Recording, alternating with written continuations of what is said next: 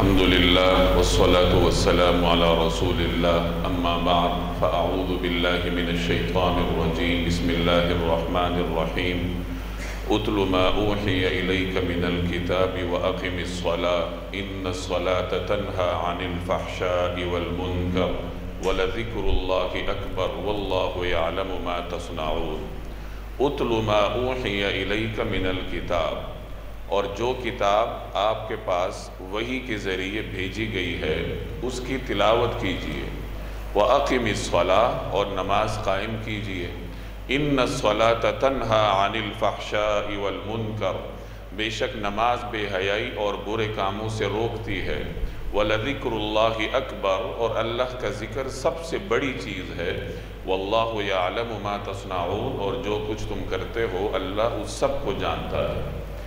اس سورت کے آغاز میں تعارف میں آپ پڑھ چکے ہیں کہ اس سورت کا بنیادی مضمون سنت آزمائش ہے۔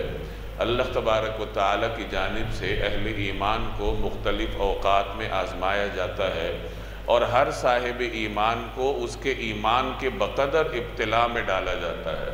اور وہ روایات آپ نے پڑھی تھی کہ سب سے زیادہ سخت امتحانات حضرات انبیاء علیہم السلام کے ہوتے ہیں، اور ان کے بعد ان کے طریقے پر جو شخص جتنا زیادہ چلتا ہو اسی قدر اس کا امتحان سخت ہوتا ہے۔ ہر آدمی کو اس کے ایمان کی مضبوطی کے بقدر آزمایا جاتا ہے، تو اہل ایمان کو عام طور پر آزمائش کی بھٹی سے گزرنا پڑتا ہے۔ انہی بھٹیوں سے گزار کر اللہ تبارک و تعالی اہل ایمان کو کندن بناتا ہے، اور آزمائش ہی صاحب ایمان مخلص اور غیر مخلص کے درمیان فرق کو واضح کرتی۔ اگر آسائش ہی آسائش ہو تو پھر ہر آدمی ایمان کا دعویٰ کرے گا، تو کہیں نہ کہیں امتیاز ہوتا ہے، اور امتیاز مشکل کے وقت ہوتا ہے کہ مشکلات کے وقت پتہ چلتا ہے کہ کون سا آدمی مخلص ہے اور کون سا آدمی محض زبانی کلامی مومن ہے۔ ایمان ایک دعویٰ ہے، اور اس دعوے کی دلیل انسان نے اپنے عمل سے فراہم کرنی ہوتی ہے، اپنے کردار سے فراہم کرنی ہوتی ہے۔ یعنی آپ کا کردار اگر آپ کے دعوے کے مطابق ہو تو پھر ایسے آدمی کو کہتے ہیں کہ یہ مومن بھی ہے اور اعمال والا بھی ہے، عمل صالح والا بھی ہے۔ اور اگر کردار دعوے کے خلاف ہے کہ دعویٰ تو ہے اللہ پر توکل کا، اور اس کا جو کردار ہے وہ اللہ پر اعتماد نہیں ہے، دنیا کے پیچھے بھاگا پھرتا ہے، تو اگر کردار دعوے کے مطابق نہیں ہے تو اس کا مطلب یہ ہے کہ یہ بس خالی زبانی دعویٰ ہے اس کا۔ تو بہرحال اس صورت میں اللہ نے سنت آزمائش کا بیان فرمایا ہے، اور اسی ضمن میں مختلف حضرات انبیاء علیہم السلام کے واقعات کا بیان آپ نے پڑھا، مختلف امتوں کے واقعات آپ نے پڑھے، مثال آپ نے پڑھی کہ جو لوگ اللہ کے سوا دوسروں پر توکل کرتے ہیں، دوسروں پر اعتماد کرتے ہیں، تو وہ تو ایسا ہے جیسے مکڑی کا جالہ ہوتا ہے، کہ مکڑی کا جالہ تمام گھروں میں سب سے زیادہ کمزور ہوتا ہے، تو اللہ کو چھوڑ کر دوسروں پر اعتماد رکھنا یہ بھی اتنا ہی کمزور ہوتا ہے۔ اب یہاں سے اسی مضمون کا تسلسل ہے۔ اہل ایمان اور مشرکین مکہ سے اللہ تبارک و تعالی ان آیات میں خطاب فرما رہے ہیں، مختلف تعلیمات آپ کے سامنے آئیں گی۔ پیچھے آپ پڑھ کر آئے ہیں اس سورت کے آغاز میں کہ یہ سورت مکی زمانے کے تقریباً وسط میں نازل ہوئی تھی، اور یہ وہ زمانہ تھا جب مشرکین ہر ممکن طریقے سے اسلام کی دعوت کو روک رہے تھے، پروپیگنڈے بھی کرتے تھے، ظلم بھی کرتے تھے، تشدد بھی کرتے تھے، ہر ممکن طریقے سے بائیکاٹ بھی کرتے تھے۔ تو ان حالات میں اللہ تبارک و تعالی نے یہ سورت نازل فرمائی، جس میں ایک طرف اہل ایمان کو تسلی دی گئی کہ یہ جو آزمائشیں ہیں، مشکل حالات سے گزر رہے ہو تو یہ تو ایمان کا تقاضا ہے، اور گزشتہ امتوں پر بھی یہ حالات آئے ہیں۔ اور دوسری طرف مشرکین مکہ کو پیغام تھا کہ اگر تم اپنی روش سے باز نہ آئے تو جیسے یہ گزشتہ اقوام تباہ ہو گئی تھی تم بھی اسی راستے پر چل پڑو گے۔ اس آیت میں اللہ جل جلالہ مشکل وقت میں کرنے کے 3 کام تعلیم فرما رہا ہے کہ جب آدمی پر مشکل وقت آتا ہے تو اسے کیا کرنا چاہیے۔ سب سے پہلا کام کہ وہ قرآن کریم کی تلاوت کرے۔ قرآن کریم کی تلاوت سے انسان کے دل کو مضبوطی پہنچتی ہے، جیسے قرآن کریم میں نبی کریم صلی اللہ علیہ وسلم سے خطاب ہے کہ لِنُثَبِّتَ بِهِ فُؤَادَكَ، تاکہ ہم اس کے ذریعے آپ کے قلب اطہر کو مضبوط کریں۔ تو قرآن کریم کی تلاوت انسان کے دل کو مضبوطی فراہم کرتی ہے۔ دوسرا کام جو مشکل وقت میں کیا جاتا ہے وہ نماز ہے، کہ آدمی نماز کی طرف متوجہ ہو جائے۔ یہی نبی کریم صلی اللہ علیہ وسلم کی سنت بھی تھی کہ جب بھی کوئی مشکل وقت آتا یا کوئی عجیب واقعہ رونما ہو جاتا، جیسے تیز آندھی ہے، تیز بارش ہے، ماحول میں اچانک کوئی تبدیلی ہے، تو آپ صلی اللہ علیہ وسلم نماز کی طرف متوجہ ہوتے۔ اور تیسرا کام جو مشکل وقت میں کرنے کا ہے وہ اللہ کا ذکر ہے، کہ انسان اللہ کی طرف متوجہ ہو جائے، اس کے نام کا ورد کرے، اس کی مناجات کرے، اس سے دعا کرے۔ تو یہ تین کام ہیں جو مشکل وقت میں کرنے کے ہوتے ہیں: قرآن کریم کی تلاوت، نماز کی طرف توجہ کرنا، اور اللہ تبارک و تعالیٰ کا ذکر کرنا۔ چونکہ یہ وہ حالات تھے کہ مسلمان جو مکہ میں تھے وہ بڑے سخت مراحل سے گزر رہے تھے، تو اللہ تبارک و تعالیٰ نے ان تین اعمال کی ان کو نصیحت فرمائی۔ براہ راست خطاب نبی کریم صلی اللہ علیہ وسلم سے ہے، لیکن جو پیغام ہے وہ تمام مسلمانوں کو دینا مقصود ہے کہ ان حالات میں یہ تین کام کرو: قرآن کریم کی تلاوت اور نماز، اور تیسرے نمبر پر اللہ تبارک و تعالیٰ کا ذکر۔ تو فرمایا اتلو ما اوحی الیک من الکتاب، اے پیغمبر اتلو، آپ تلاوت کیجئے، ما اوحی، جو آپ کی طرف وحی کی جا رہی ہے، ما اوحی الیک، جو آپ کی طرف وحی کی جا رہی ہے، من الکتاب، کتاب یعنی جو کتاب آپ کی طرف وحی کی جا رہی ہے، یعنی یہ قرآن کریم، آپ اس کی تلاوت کیجئے۔ قرآن کریم کی تلاوت مختلف مقاصد کے لیے کی جاتی ہے۔ یہ تلاوت صرف اجر کے حصول کے لیے بھی کی جاتی ہے، جیسے آپ جانتے ہیں کہ قرآن کریم کے ایک حرف کی تلاوت پر اللہ کی بارگاہ سے 10 نیکیاں ملتی ہیں۔ حدیث کا مفہوم ہے کہ ایک حرف کی تلاوت پر 10 نیکیاں ملتی ہیں، اور حرف سے مراد یہ ہے کہ الف لام میم، یہ 3 حروف کا مجموعہ ہے۔ الف الگ حرف ہے، اس پہ الگ 10 نیکیاں ملتی ہیں، لام الگ حرف ہے، میم الگ حرف ہے، گویا الف لام میم جس نے بھی تلاوت کر لیا اسے 30 نیکیاں اللہ تبارک و تعالیٰ کی بارگاہ سے مل گئی۔ تو قرآن کریم کی تلاوت کا ایک بڑا مقصد حصول اجر ہے، کہ اللہ کی بارگاہ سے اجر ملے، ثواب ملے، نیکیاں ملے۔ اور دوسرا مقصد وہ تدبر ہے کہ آدمی قرآن کریم کی تلاوت کرتا ہے، غور و فکر کرتا ہے، اور یہی قرآن کریم کا بنیادی مقصد ہے کہ اس کے اندر غور و فکر کیا جائے، تدبر کیا جائے، تفکر کیا جائے، اور پھر اس سے نصیحت حاصل کی جائے۔ نصیحت اسی وقت ملتی ہے جب انسان تفکر کرتا ہے، تدبر کرتا ہے۔ اسی طریقے سے قرآن کریم کی تلاوت کا ایک مقصد دعوت اور تبلیغ بھی ہے، کہ آدمی دعوت کے لیے قرآن کریم کی تلاوت کرتا ہے۔ جناب نبی کریم صلی اللہ علیہ وسلم کے اسلوب دعوت کا ایک مستقل نقطہ تھا تلاوت آیات، کہ آپ علیہ السلام تلاوت قرآن کریم کی تلاوت کے ذریعے دوسروں کو تبلیغ فرماتے تھے۔ اور ایک تو قرآن کریم کی اپنی تاثیر تھی، اور پھر زبان نبوت سے جب اس کی تلاوت ہوتی تھی تو اس کی تاثیر کیا ہوگی، میں اور آپ یہاں بیٹھ کے تصور بھی نہیں کر سکتے۔ وہ مشہور واقعہ آپ بارہا سن چکے ہیں کہ عتبہ ایک مرتبہ آپ صلی اللہ علیہ وسلم کے پاس آیا، مشہور دانشور تھا اہل مکہ، اور اس نے یہ دعویٰ کیا اپنے لوگوں میں کہ میں جاتا ہوں، بات کر کے دیکھتا ہوں، شاید میں ان کو باز رکھ سکوں۔ وہ آیا اور اس نے مختلف پیشکشیں کی کہ آپ یہ دعوت کیوں چلا رہے ہیں، کیا آپ کو حکومت چاہیے، آپ کو مال چاہیے، آپ کو یہ چاہیے، وہ چاہیے، ہم آپ کو فراہم کرتے ہیں، آپ دعوت کا کام چھوڑ دیجیے۔ جب وہ اپنی بات کر کے فارغ ہوا تو آپ صلی اللہ علیہ وسلم نے اسے سورہ فصلت کی آیات سنانی شروع کی۔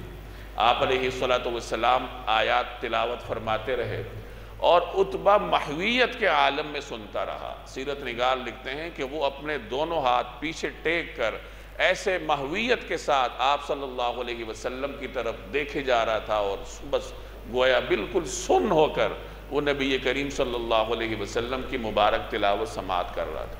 اور جب وہ وہاں سے اٹھ کر آیا تو جس مجلس سے اٹھ کے گیا تھا، اس مجلس والوں نے جب اس کو آتا ہوا دیکھا تو وہ کہنے لگے یہ وہ عتبہ تو نہیں ہے جو ہمارے پاس سے گیا تھا، انہوں نے تو بھیجا تھا اس نیت سے کہ یہ تبدیل کر کے آئے گا، لیکن وہ تبدیل ہو کر آ رہا تھا، اس کی قسمت میں اسلام نہیں تھا تو وہ ایمان نہیں لا سکا۔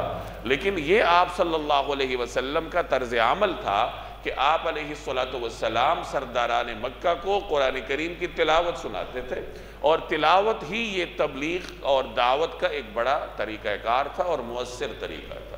تو قرآن کریم کی تلاوت کے مختلف مقاصد ہو سکتے ہیں، جیسے میں نے عرض کیا اجر و ثواب کے لیے بھی تلاوت کی جاتی ہے، تفکر کے لیے بھی تلاوت کی جاتی ہے، تبلیغ اور وعظ و نصیحت کے لیے بھی انسان قرآن کریم کی تلاوت کرتا ہے۔ تو کسی بھی مقصد کے لیے قرآن کریم کی تلاوت کی جائے وہ اجر و ثواب اور برکت سے خالی نہیں ہوتی، اجر و ثواب بھی انسان کو ملتا ہے۔ بعض اوقات لوگ آیت کو بار بار دہراتے ہیں، جیسے حفاظ کو آپ دیکھتے ہیں وہ آیات دہرایا کرتے ہیں، دہرانے کا مقصد ہوتا ہے کہ یاد ہو جائے، تو یہ بھی ایک بڑا سعادت کا طریقہ کار ہے، کیونکہ قرآن کریم کی حفاظت کا ایک بڑا طریقہ وہ سینوں میں محفوظ ہونا ہے، جیسے آگے ایک آیت میں آ رہا ہے۔ تو حفاظ جو قرآن کریم کو دہرا کر اس کو رٹا لگاتے ہیں، پڑھتے ہیں، تو وہ گویا کہ حفاظت قرآن کریم کا ایک سبب بنتے ہیں، اللہ تبارک و تعالیٰ انہیں سبب بناتا ہے۔ تو پہلا حکم تو یہ دیا گیا اتل ما اوحی الیک من الکتاب، کہ اے پیغمبر جو کتاب آپ کے پاس وحی کے ذریعے بھیجی گئی ہے اس کی تلاوت کرو۔ تلاوت قرآن کریم یہ نبی کریم صلی اللہ علیہ وسلم کی بعثت کے مقاصد میں سے ایک مقصد تھا۔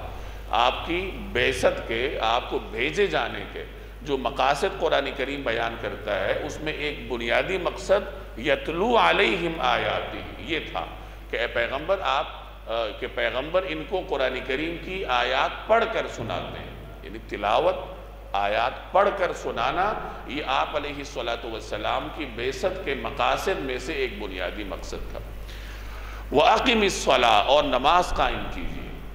نماز یہ ایک دوسرا طریقہ کار ہے کہ انسان اللہ کو یاد کرتا ہے، اس کے ذریعے اپنے دل کو تسلی دیتا ہے، اور آگے فرمایا إِنَّ الصَّلَاةَ تَنْهَا عَنِ الْفَحْشَاءِ وَالْمُنْكَرِ، بے شک نماز بے حیائی اور برے کاموں سے روکتی ہے۔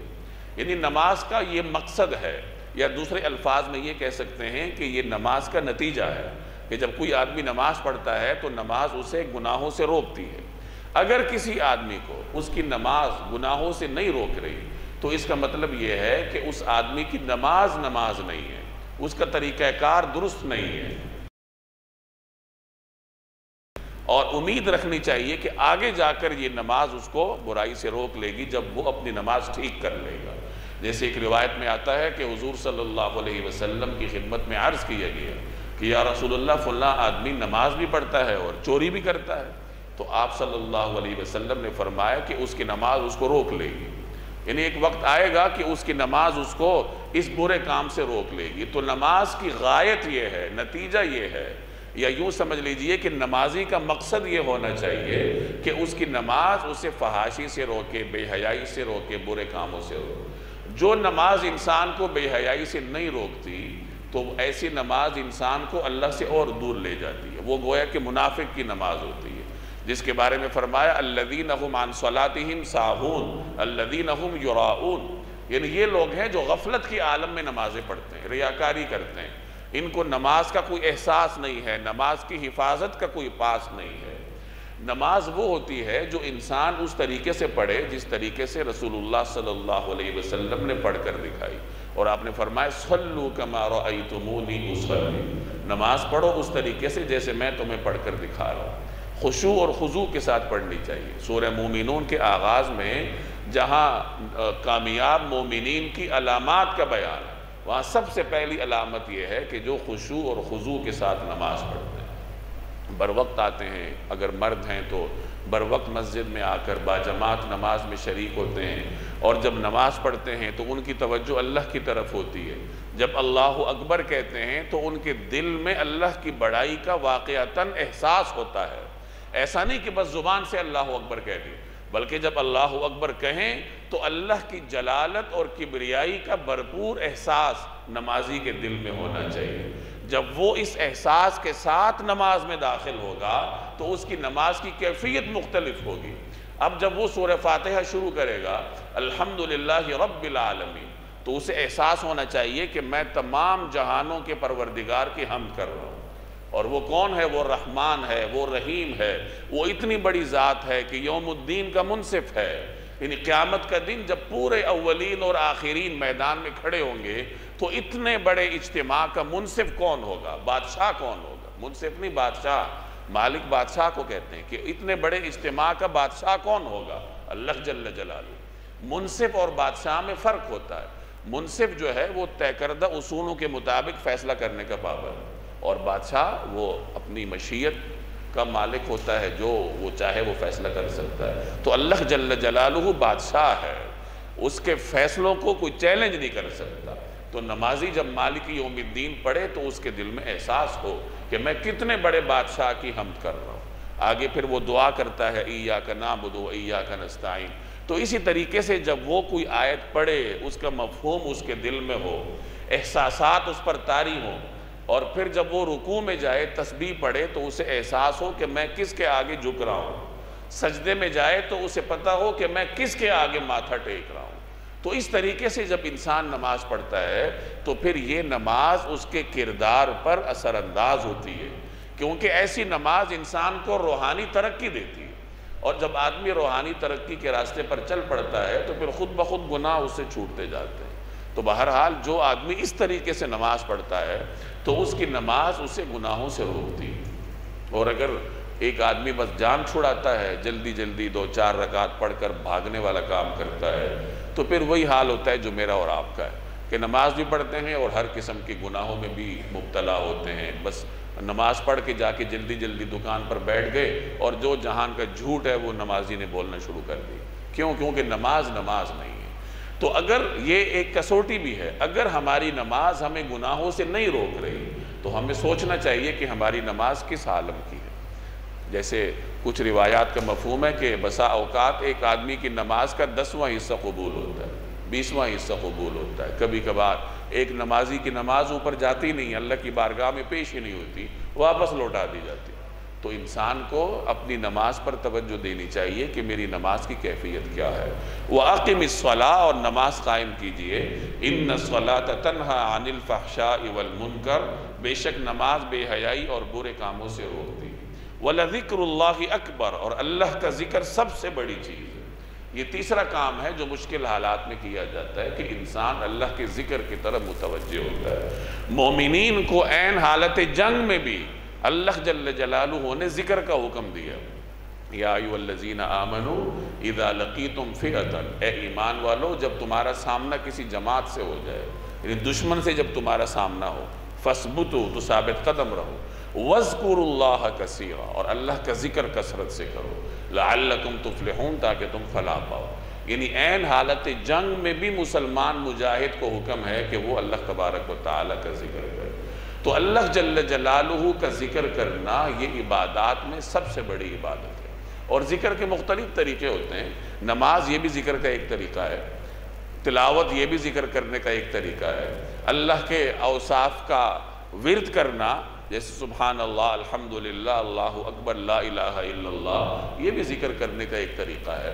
تو ذکر کرنا یہ ایک مومن کا بنیادی وصف ہے، اور ذکر ایسی عبادت ہے کہ اللہ تبارک و تعالیٰ نے اس کے لیے کوئی وقت نہیں رکھا، ہر وقت انسان کر سکتا ہے، اس کے لیے کوئی شرط نہیں رکھی، وضو کی شرط نہیں ہے، کسی خاص کیفیت کی شرط نہیں ہے، انسان لیٹے لیٹے بھی کر سکتا ہے، چلتے پھرتے بھی کر سکتا ہے، اور کسی خاص تعداد کا بھی ذکر نہیں ہے، بلکہ جگہ جگہ یہی فرمایا گیا کہ وَاذْكُرُوا اللَّهَ كَثِيرًا، اللہ کا ذکر کرو کثرت کے ساتھ، اللہ کا ذکر کرو صبح بھی اور شام کو بھی، بُكْرَةً وَعَشِيًّا، صبح بھی کرو اور شام کو بھی کرو، یعنی تمہارے دن کا آغاز بھی اللہ کے ذکر سے ہونا چاہیے، اور شام کا آغاز، رات کا آغاز بھی اللہ کے ذکر سے ہونا چاہیے۔ تو اللہ جل جلالہ کا ذکر کرنا یہ عبادات میں سب سے بڑی عبادت ہے۔ میں نے عرض کیا کہ ذکر کرنے کے لیے کوئی شرط نہیں ہے، نہ بیٹھنے کی، نہ کھڑے ہونے کی، نہ لیٹنے کی، نہ پاکی کی، انسان کسی بھی حالت میں ہو ذکر کر سکتا ہے۔ لیکن آدمی کو یہ معمول بنانا چاہیے کہ اپنے دن رات کے کچھ اوقات کو خاص کرے اور ایک گوشہ تنہائی میں بیٹھے اور اللہ کی طرف متوجہ ہو کر بھرپور توجہ کے ساتھ اللہ کا ذکر کرے، اپنے دل پر توجہ رکھے کہ میرے دل سے میل ہٹ رہا ہے، کیونکہ جب انسان اللہ تعالیٰ کے اس میں گرامی کی ضربیں اپنے دل پہ لگاتا ہے تو اس کے دل پر گناہوں کا جو ایک غلاف چڑھا ہوا ہے وہ غلاف اترتا جاتا ہے۔ دلوں کی زندگی، دلوں کی صفائی اللہ کا ذکر ہے۔ تو جب انسان اپنے دن یا رات کے تھوڑے سے لمحات 5 منٹ 10 منٹ جتنی اللہ نے توفیق دی ہو اس کو مختص کر کے مسجد کے یا گھر کے ایک گوشہ تنہائی میں بیٹھے اور اللہ جل جلالہ کا ذکر کرے، لا الہ الا اللہ کا ورد کرے، اللہ تعالیٰ کے جو دیگر اسماء ہیں اوصاف ہیں صفات عالیہ ہیں ان کا ورد کرے، تو اس قسم کا جو ذکر ہے وہ انسان کو روحانی توانائی فراہم کرتا ہے۔ تو دونوں کام کرنے چاہیے، چلتے پھرتے بھی ذکر کرنا چاہیے، لیٹے لیٹے بھی ذکر کرنا چاہیے، اور ساتھ اپنا ایک معمول بنانا چاہیے کہ صبح ہو یا شام کو ہو تھوڑے سے جو لمحات ہیں وہ ایسے خاص کیے جائے کہ آپ بھرپور یکسوئی کے ساتھ بیٹھ کر اللہ تبارک و تعالیٰ کا ذکر کریں، پھر ذکر کے ثمرات انسان کو نصیب ہوتے ہیں۔ وَلَذِكْرُ اللَّهِ أَكْبَرُ، اللہ کا ذکر سب سے بڑی چیز ہے۔ اس کا ایک مفہوم تو یہ ہے جیسے میں نے ابھی عرض کیا کہ مومن اللہ کا ذکر کرے، اور بعض حضرات نے اس کا ایک اور مفہوم بیان کیا ہے، اور وہ یہ کہ اللہ کا ایک مومن کا ذکر کرنا یہ بہت بڑی بات ہے، یعنی اللہ تعالیٰ اپنے بندے کا ذکر کرے، جیسے فرمایا نا فَاذْكُرُونِي أَذْكُرْكُمْ، تم میرا ذکر کرو میں تمہارا ذکر کروں گا، تم میرا ذکر بندوں میں کرو گے تو میں تمہارا ذکر ان سے اعلیٰ اس میں کروں گا، مجمع میں کروں گا، یعنی فرشتے میں اللہ تبارک و تعالی فرشتوں کے مجمع میں انسان کا ذکر کرتا ہے۔ تو وَلَذِكْرُ اللَّهِ أَكْبَرُ، اس کا ایک مفہوم بعض حضرات نے یہ بیان کیا ہے کہ اللہ تعالیٰ اپنے بندے کا جو ذکر کرتا ہے وہ بہت بڑی بات ہے، یعنی وہ انسان کے لیے ایک بڑی چیز ہوتی ہے کہ اللہ جل جلالہ کی بارگاہ میں اس کے بندے کا ذکر ہو رہا ہو۔ واللہ یعلم ما تصنعون، اور جو کچھ تم کرتے ہو اللہ اس سب کو جانتا ہے۔ ولا تجادلوا اہل الکتاب، اور اہل کتاب سے بحث نہ کرو، الا باللتی ہی احسن، مگر ایسے طریقے سے جو بہترین ہو، الا الذین ظلموا منہم، البتہ ان میں سے جو زیادتی کریں ان کی بات اور ہے۔ چونکہ مسلمان مکہ میں رہتے تھے، مکہ مکرمہ میں اس زمانے میں مشرکین کی کثرت تھی، ان کی طاقت تھی، تو مختلف اوقات میں مشرکین سے بات چیت کرنے کی نوبت آتی تھی۔ جیسے مشرکین اعتراضات کرتے تھے اور ان کا جواب دیا جاتا تھا، نبی کریم صلی اللہ علیہ وسلم جواب ارشاد فرماتے تھے یا مسلمان جواب دیتے تھے، تو مکالمہ ہوتا تھا۔ اب مکالمے کا طریقہ کیا ہونا چاہیے؟ تو یہاں قرآن کریم مسلمانوں کو طریقہ سکھا رہا ہے کہ اہل کتاب سے اگر مجادلہ کرنا ہو تو اچھے طریقے سے کرو۔ اہل کتاب سے مراد وہ لوگ ہیں جنہیں گزشتہ زمانے میں کتاب دی گئی، یعنی عیسائی ہوں یا یہودی ہوں جن کے پاس گزشتہ کتابیں تھیں۔ تو بہرحال مسلمانوں کو جب غیر مسلموں سے مکالمہ کرنا ہو تو کس طریقے سے کیا جائے گا؟ اچھے انداز سے کیا جائے گا۔ غیر مسلم مختلف قسموں کے ہوتے ہیں، ایک تو وہ ہیں جو مشرک ہیں، ان کے ساتھ مسلمانوں کا بنیادی نوعیت کا اختلاف ہے عقیدے میں کہ وہ مشرک ہیں، مسلمان موحد ہیں۔ اسی طرح غیر مسلم وہ بھی ہیں جو اہل کتاب ہیں، ان کے ساتھ اس درجے کا اختلاف نہیں ہے جو مشرکین کے ساتھ تھا، اس لیے کہ کئی ساری چیزیں ایسی تھیں جس میں مسلمان اور یہود کے اندر اشتراک پایا جاتا تھا۔ خود قرآن کریم ان کو دعوت دیتا ہے کہ تعالوا الی کلمۃ سواء بیننا و بینکم، کہ آؤ ہم ایک ایسے کلمے پر، ایسی بات پر اشتراک کر لیتے ہیں جو تمہارے اور ہمارے درمیان مشترک ہے، اللہ نعبد الا اللہ، اور وہ کیا ہے کہ ہم اللہ کے سوا کسی کی عبادت نہ کریں، ولا نشرک بہ شیئا، اس کے ساتھ ہم کسی کو شریک نہ کریں۔ اہل کتاب کی کتابوں کی بنیادی تعلیم تو توحید تھی، یہ تو انہوں نے بعد میں بگاڑی ہوئی تھی۔ تو بہرحال اہل کتاب چونکہ مسلمانوں کے نسبتاً قریب تھے تو مسلمانوں کو حکم تھا کہ جب ان کے ساتھ مکالمہ کرنے کا وقت آئے، مکالمہ کرنے کی نوبت آئے، اچھے طریقے سے کرو۔ اور یہ حکم تمام غیر مسلموں کے لیے ہے، جیسے میں نے شروع میں عرض کیا کہ مکی زمانے میں مسلمانوں کو بھی مکالمہ کرنے کی نوبت آتی تھی، تو اس زمانے میں بھی یہی تعلیم تھی کہ جب مشرکین کے ساتھ مکالمہ کرنا ہے تو اچھے طریقے سے کرو۔ ادعو الی سبیل ربک بالحکمہ والموعظۃ الحسنہ وجادلہم باللتی ہی احسن، اللہ کے دین کی طرف دعوت دینی ہے تو اچھے طریقے سے دو، اور اگر مکالمہ کرنا ہے تو پھر اچھے طریقے سے کرو۔ تو بہرحال یہ ایک بڑی تعلیم ہے جو مسلمانوں کو دی گئی کہ مکالمہ ایک مسلمان اچھے طریقے سے کرتا ہے، یعنی لہجہ نرم رکھتا ہے، دلیل کے ساتھ کرتا ہے۔ جیسے حضرت موسیٰ علیہ السلام اور حضرت ہارون علیہ السلام کو جب اللہ نے فرعون کی طرف بھیجا تو کیا تعلیم دی کہ وَقُولَا لَهُ قَوْلًا لَيِّنًا، کہ آپ دونوں فرعون کے دربار میں جا رہے ہو تو اس سے نرم گفتگو کرنا، لعلہ یتذکر او یخشی، شاید کہ وہ نصیحت حاصل کرے یا اس کا دل پگھل جائے۔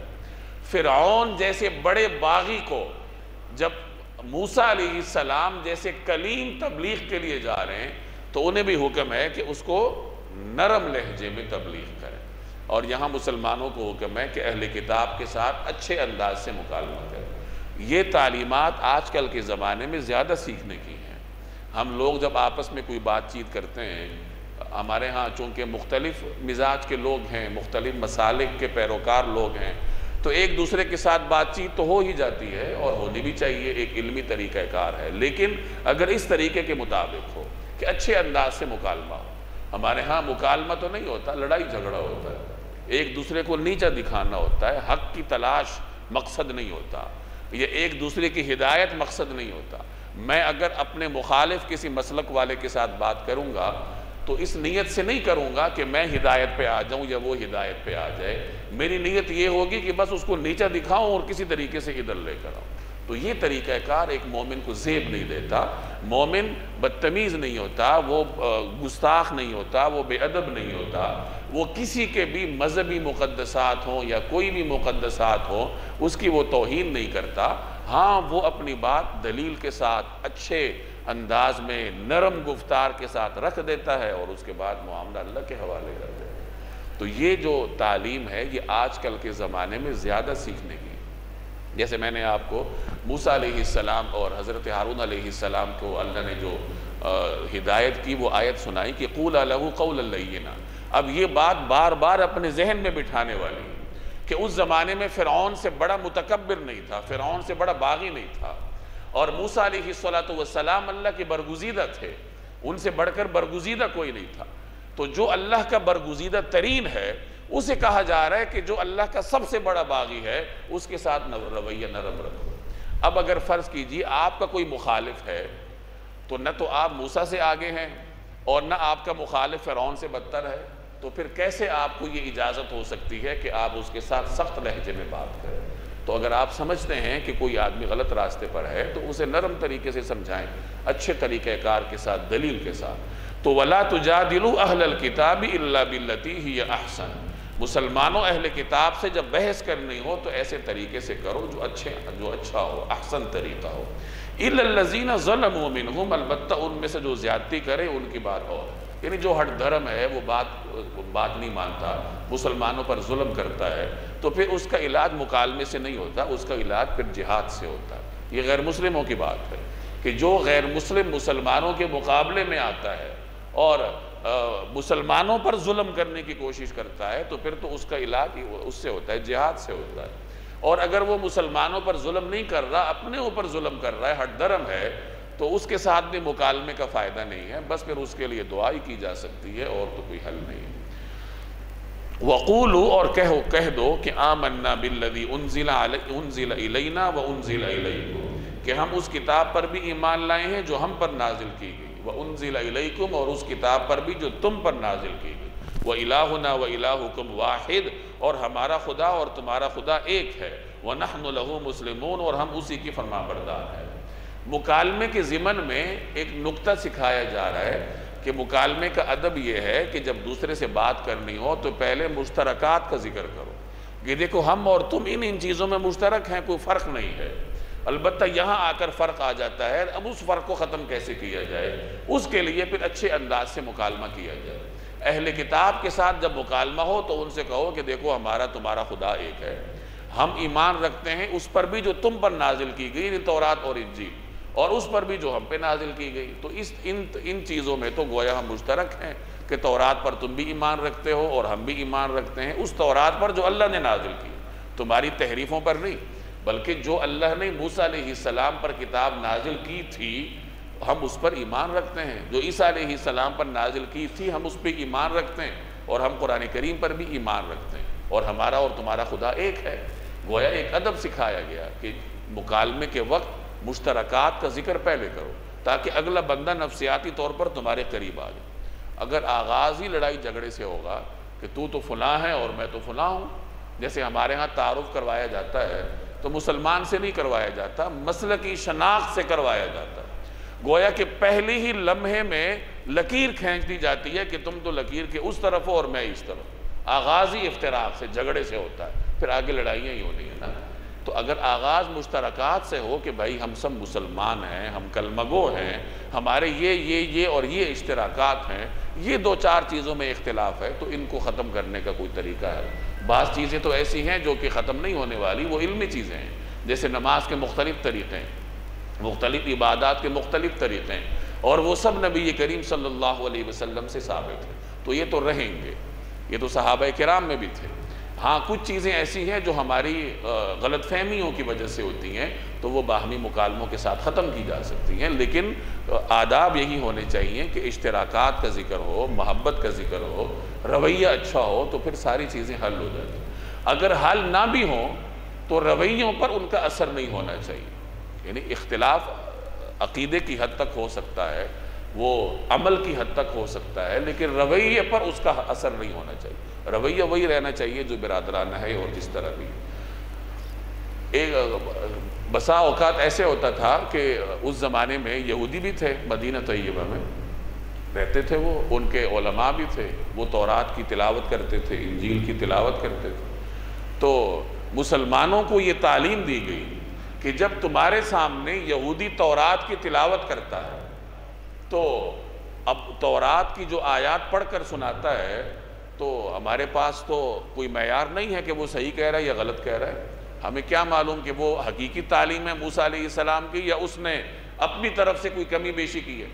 اب اگر ہم تصدیق کریں تو ہو سکتا ہے کہ وہ موسیٰ علیہ السلام کی تعلیم نہ ہو، اور اگر ہم تکذیب کریں تو ممکن ہے کہ موسیٰ علیہ السلام کی تعلیم ہو اور ہم اس کی تکذیب کرنے کا ارتکاب کریں، تو یہ گستاخی ہے.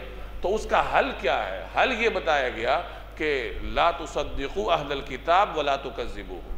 جب اہل کتاب تمہارے سامنے تورات یا انجیل کی تلاوت کرتے ہیں تو تم نہ اس کی تصدیق کرو نہ تکذیب کرو، یعنی خاموشی اختیار کرو، اور کہو کہ قولوا آمنا بالذی انزل الینا وانزل الیکم، کہ جو چیزیں تمہاری طرف اللہ نے نازل کی یا ہماری طرف اللہ نے نازل کی ہم سب پہ ایمان رکھتے ہیں. یعنی یہ جو تم پڑھ رہے ہو اگر یہ اللہ کی طرف سے ہے تو ہم تو اس پہ ایمان رکھتے ہیں، اور اگر اللہ کی طرف سے نہیں ہے تو ہم اس سے بری ہیں.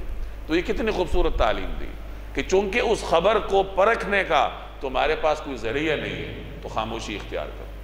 اب اس سے ضمنی طور پر یہ ادب سمجھا جا سکتا ہے. آج کل سوشل میڈیا کا زمانہ ہے، ہر وقت مختلف خبروں کی بھرمار ہوتی ہے. اب آپ کے پاس کسی خبر کو پرکھنے کا کوئی ذریعہ نہیں ہے تو کیا کرو؟ آگے پھیلاؤ یا اس کا انکار شروع کر دو؟ کیا کرنا چاہیے؟ خاموشی اختیار کرو، اور خاموشی میں ہی عافیت ہوتی ہے. ہمارے ہاں سوشل میڈیا پہ ہر آدمی رپورٹنگ کرتا پھرتا ہے، لائکس کے چکر میں، ویوز کے چکر میں، اور غلط چیزوں کو آگے پروموٹ کرنے کا ذریعہ بنتا ہے. تو یہ بڑا غلط طرز عمل ہے جو ہمارے ہاں بالخصوص پڑھے لکھے نوجوان طبقے میں پھیلتا جا رہا ہے. حل یہی ہے کہ اگر خبر پرکھنے کا کوئی ذریعہ آپ کے پاس ہے تو پرکھ لیجئے، پھر اس کے مطابق عمل کیجئے، اور اگر کوئی ذریعہ آپ کے پاس نہیں ہے تو پھر خاموشی میں عافیت ہوتی ہے. وَكَذَلِكَ أَنزَلْنَا إِلَيْكَ الْكِتَابَ، اور اے پیغمبر اسی طرح ہم نے تم پر کتاب نازل کی ہے. فَالَّذِينَ آتَيْنَاهُمُ الْكِتَابَ يُؤْمِنُونَ بِهِ، اس لیے فَالَّذِينَ آتَيْنَاهُمُ الْكِتَابَ، جن لوگوں کو ہم نے کتاب دی ہے، یؤمنون بہ، وہ اس پر ایمان لاتے ہیں. وَمِنْ هَؤُلَاءِ مَنْ يُؤْمِنُ بِهِ، اور ان میں سے بھی یعنی بت پرستوں میں سے بھی کچھ لوگ ہیں جو اس پر ایمان لا رہے ہیں. وَمَا يَجْحَدُ بِآيَاتِنَا إِلَّا الْكَافِرُونَ، اور ہماری آیتوں کا انکار صرف وہی لوگ کرتے ہیں جو کافر ہیں. یعنی یہ جو قرآن کریم ہم نے نازل کیا ہے، اب ماحول میں مختلف لوگ ہیں. مسلمان تو ایمان رکھتے ہیں، جو یہودی اور عیسائی ہیں ان میں سے بھی کچھ لوگوں کو اللہ نے توفیق دی ہے کہ وہ ایمان لے آتے ہیں. بہت سارے یہود کے بڑے بڑے علماء ایمان لائے، جیسے حضرت عبداللہ بن سلام رضی اللہ تعالیٰ عنہ، یہود کے بڑے عالم تھے، ایمان لائے. عیسائیوں کے بڑے بڑے علماء ایمان لائے تھے، جیسے پیچھے آپ پڑھ کر آئے ہیں کہ حبشہ کا جو وفد آیا تھا وہ عیسائیوں کے علماء پر مشتمل تھا اور حکومتی مشیران پر مشتمل تھا، وہ سب ایمان لائے. حضرت سلمان فارسی رضی اللہ تعالیٰ عنہ یہ پچھلے زمانے کے مختلف کتابوں کو پڑھ کر آئے تھے، ان کو اللہ نے اسلام کی توفیق دی. تو فرمایا کہ اہل کتاب میں سے کچھ ایسے نیک لوگ ہیں جو اپنی فطرت پر برقرار ہیں اور اللہ نے انہیں ایمان کی توفیق دی. وَمِنْ هَؤُلَاء یعنی ان مشرکین میں سے بھی کچھ لوگ ایمان لا رہے ہیں، بڑے بڑے سردار ایمان لائے تھے مشرکین میں سے، تو اللہ تبارک و تعالیٰ نے انہیں صحابیت کے درجے پر سرفراز کیا۔ البتہ جو انکار کرتا ہے تو وہ کیا ہے، وہ پھر انکار کرنے والا ہے، اس نے اپنے دل کا دروازہ ہی بند کر رکھا ہے۔ یعنی جو پیغمبر کی زیارت کر کے اس کے مبارک اقوال سن کر ایمان نہیں لا سکا تو اس سے بڑھ کر بدبخت کون ہوگا؟ تو یہی فرمایا کہ جو انکار کر رہا ہے وہ تو بس پھر پکا ٹھکا کافر ہی ہو سکتا ہے، ورنہ تو دیگر لوگوں کو ایمان کی توفیق ہو جاتی ہے۔ وَمَا كُنْتَ تَتْلُو مِن قَبْلِهِ مِن کتاب، اور اے پیغمبر آپ اس سے پہلے نہ کوئی کتاب پڑھتے تھے، وَلَا تَخُطُّهُ بِيَمِينِكَ، اور نہ کوئی کتاب اپنے ہاتھ سے لکھتے تھے۔ اگر ایسا ہوتا، یعنی اگر آپ کتاب پڑھتے یا کوئی کتاب لکھتے تو کیا ہوتا؟ اِذًا لَارْتَابَ الْمُبْطِلُونَ، اگر ایسا ہوتا تو باطل والے کوئی شک شبے کی بات نکال سکتے تھے۔ نبی کریم صلی اللہ علیہ وسلم کو اللہ نے جو بے شمار کمالات عطا کیے تھے، ان کمالات میں سے ایک کمال یہ تھا کہ آپ علیہ السلام نے کسی استاد سے پڑھا نہیں تھا، کسی کتاب سے پڑھا نہیں تھا، کتاب کی مدد کے بغیر، قلم کی مدد کے بغیر اللہ تبارک و تعالی نے آپ کو اولین اور آخرین کا معلم بنایا تھا۔ اور یہی تشریح ہے آپ صلی اللہ علیہ وسلم کی صفت امیت کی، النبی الامی، قرآن کریم میں جو آپ کو لقب دیا گیا کہ آپ نبی امی ہیں، اس کی تشریح یہی ہے کہ یہ آپ کے بے شمار کمالات میں سے ایک کمال ہے کہ آپ معلم اولین والآخرین ہیں، لیکن بغیر کسی استاد کی مدد کے یا بغیر کسی کتاب یا قلم کی حاجت کے۔ اور آپ کی جو 40 سالہ زندگی تھی وہ اس کی گواہ تھی کہ آپ کسی مکتب تشریف نہیں لے گئے، آپ کسی استاد کے پاس تشریف نہیں لے گئے، آپ نے کبھی کسی قلم کی مدد حاصل نہیں کی یا کوئی کتاب نہیں اٹھائی۔ تو جب اچانک آپ صلی اللہ علیہ وسلم کی زبان اطہر سے قرآن کریم اللہ نے جاری کروانا شروع کر دیا تو یہ ایک معجزہ تھا کہ ایک ایسی شخصیت جس نے کبھی کوئی کتاب نہیں لی، کسی قلم کی حاجت اس کو نہیں ہوئی، کسی کتاب کی ضرورت اس کو نہیں ہوئی، تو وہ ایسا کلام اس کی زبان سے جاری ہو رہا ہے، تو اس کا مطلب یہ ہے کہ اللہ کی طرف سے۔ اگر ایسا ہوتا کہ آپ صلی اللہ علیہ وسلم اس زمانے میں کتاب خوانی میں معروف ہوتے یا قلم استعمال میں معروف ہوتے، لکھنے میں معروف ہوتے، پڑھنے میں معروف ہوتے، تو جب آپ قرآن کریم سنانا شروع کرتے تو عین ممکن ہے کہ کوئی یہ کہہ سکتا، اگرچہ کہنے کی مجال پھر بھی نہیں تھا، لیکن ممکن تھا کہ کوئی کہہ دے کہ جی یہ تو فلاں فلاں کتابوں کے عالم ہیں اور انہی کتابوں کا جو نچوڑ ہے وہ لوگوں کے سامنے پیش کر رہے۔ تو اس دروازے کو اللہ نے اس طریقے سے بند کیا کہ آپ صلی اللہ علیہ وسلم کو نہ تو کتاب کی حاجت ہوئی، نہ قلم کی حاجت ہوئی، اور نہ ہی کسی استاد کی طرف اللہ نے آپ کو بھیجا، اور ایک امیت کے وصف سے آپ کو سرفراز فرمایا۔ تو یہ آپ کے بے شمار کمالات میں سے ایک کمال ہے جس کا ذکر اللہ یہاں کر رہا ہے۔ دوبارہ دیکھیے، وَمَا كُنْتَ تَتْلُو مِن قَبْلِهِ مِن کتاب، اور اے پیغمبر اس سے پہلے آپ کوئی کتاب نہیں پڑھتے تھے، یعنی قرآن کریم سے پہلے، وَلَا تَخُطُّهُ بِيَمِينِكَ، اور نہ کوئی کتاب اپنے ہاتھ سے لکھتے تھے۔ اگر ایسا ہوتا کہ آپ لکھنے یا پڑھنے کی شہرت رکھتے تو پھر جب قرآن نازل ہونا شروع ہوا تو لوگ کہہ سکتے تھے، شبہ کی بات نکال سکتے تھے کہ جی یہ تو فلاں فلاں کتابیں چونکہ یہ لکھ چکے ہیں تو یا فلاں فلاں کتابیں پڑھ چکے ہیں تو انہی کتابوں کا نچوڑ پیش کر۔ اس لیے فرمایا اِذًا لَارْتَابَ الْمُبْطِلُونَ، اگر ایسا ہوتا تو پھر شبہ نکالنے والے شبہ نکال سکتے تھے، لیکن اللہ تبارک و تعالی نے یہ دروازہ بھی بند کر دیا۔ بل هو آیات بینات فی صدور الذین اوتوا العلم، حقیقت تو یہ ہے کہ یہ قرآن ایسی نشانیوں کا مجموعہ ہے جو ان لوگوں کے سینوں میں بالکل واضح ہیں جنہیں علم عطا کیا گیا ہے۔ وَمَا يَجْحَدُ بِآيَاتِنَا إِلَّا الظَّالِمُونَ، اور ہماری آیتوں کا انکار صرف وہی لوگ کرتے ہیں جو ظالم ہیں۔ قرآن کریم کے بارے میں دو باتیں بیان کی گئی ہیں، ایک تو یہ کہ یہ واضح نشانیوں کا مجموعہ ہے، آیات بینات کا مجموعہ ہے، اور دوسرے نمبر پر یہ کہ یہ آیات بینات اللہ نے لوگوں کے سینوں میں محفوظ کر دی۔ جیسے میں نے پہلے عرض کیا کہ قرآن کریم کی حفاظت کے لیے اللہ نے حفاظ کے سینے کو ایک ذریعہ بنایا ہے۔ ایک روایت کا مفہوم ہے کہ میں تمہیں ایسی کتاب عطا کر رہا ہوں حدیث قدسی کا مفہوم ہے کہ میں ایسی کتاب عطا کر رہا ہوں جس کو پانی دھو نہیں سکتی. یعنی اگر حروف ہیں کسی کتاب کے، اسے پانی سے دھو لیے جائیں تو وہ کتاب ختم ہو جائے گی، لوگوں کو یاد نہیں ہے. لیکن قرآن کریم کے حروف کے ساتھ اگر کوئی ایسا سلوک کرے تو وہ قرآن کریم ختم نہیں کر سکتا، کیونکہ حفاظ کے سینوں میں محفوظ ہے. تو یہ اللہ تبارک و تعالیٰ نے قرآن کریم کو امتیاز عطا کیا جو گزشتہ کتابوں کو عطا نہیں کیا. گزشتہ کتابوں کی حفاظت امت کے ذریعے ہوئی ہے، امت کے علماء کے ذریعے ہوئی ہے، اور انہوں نے لکھ کر کی ہے. تورات ہے تو لکھی لکھائی ملی ہے حضرت موسیٰ علیہ السلام. قرآن کریم کے بارے میں اللہ نے ایسی سنت اختیار نہیں فرمائی، بلکہ قرآن کریم ایک تو وقفے وقفے سے نازل ہوا، اور پھر اس کی حفاظت کا مدار اللہ نے لکھنے کو نہیں بنایا. صحابہ کرام کی سینوں میں محفوظ تھا، اور اس زمانے سے آج تک سینہ بسینہ مسلمانوں کے چھوٹے چھوٹے بچوں کے سینوں میں اللہ تبارک و تعالیٰ قرآن کریم کو محفوظ کرتا چلا آ رہا ہے. تو حفاظت قرآن کا ایک بڑا سبب ہمارے معاشرے میں پائے جانے والے یہ چھوٹے چھوٹے ننھے منھے حفاظ ہیں. کوشش کرنی چاہیے کہ اگر کوئی مسلمان پورا قرآن یاد نہ کر سکے تو قرآن کریم کا کچھ نہ کچھ حصہ تو یاد کرنا چاہیے. جیسے میں بارہا عرض کرتا رہتا ہوں کہ ہر مسلمان کو قرآن کریم کا کوئی نہ کوئی حصہ یاد کرنے کی فکر کرنی چاہیے اور یاد کرتے رہنا چاہیے. ایسا نہ ہو کہ پوری زندگی 2-3 سورتیں یاد کرنے پہ اکتفا کرے. یہ تو بے وفائی کی بات ہے کہ ایک مسلمان ہے، اللہ تبارک و تعالیٰ نے اسے دماغ سے نوازا ہے، توانائیوں سے نوازا ہے، اور وہ مختلف علوم رکھتا ہے، ریاضی کا علم رکھتا ہے، سائنس کا علم رکھتا ہے، اور اتنا پڑھا لکھا ہونے کے باوجود قرآن کریم کی اس کو 1-2 چھوٹی چھوٹی صورتیں یاد ہیں، باقی اس کو کوئی صورت یاد نہیں ہے. اس کا سینہ آیات بینات سے یکسر خالی ہے. ایسا نہیں ہونا چاہیے. کچھ نہ کچھ ذخیرہ قرآن کریم کی آیات کا ہر مومن کے دل میں ہونا چاہیے. کوشش کرنے سے سارے کام ہو جاتے ہیں. روزانہ ایک آیت انسان یاد کر سکتا ہے، ایک چھوٹی صورت یاد کر سکتا ہے. کوشش تو کوئی کرے. میں پھر وہی بات عرض کرتا ہوں کہ ہم ہر میدان میں کوشش کرتے ہیں. کوئی کام بغیر کوشش کے نہیں ہوتا. کاروبار ہے بڑی محنت سے ہوتا ہے، ملازمت بہت محنت سے ہوتی ہے، گھر بڑی محنت سے آباد ہوتا ہے، بڑی محنت سے بنتا ہے.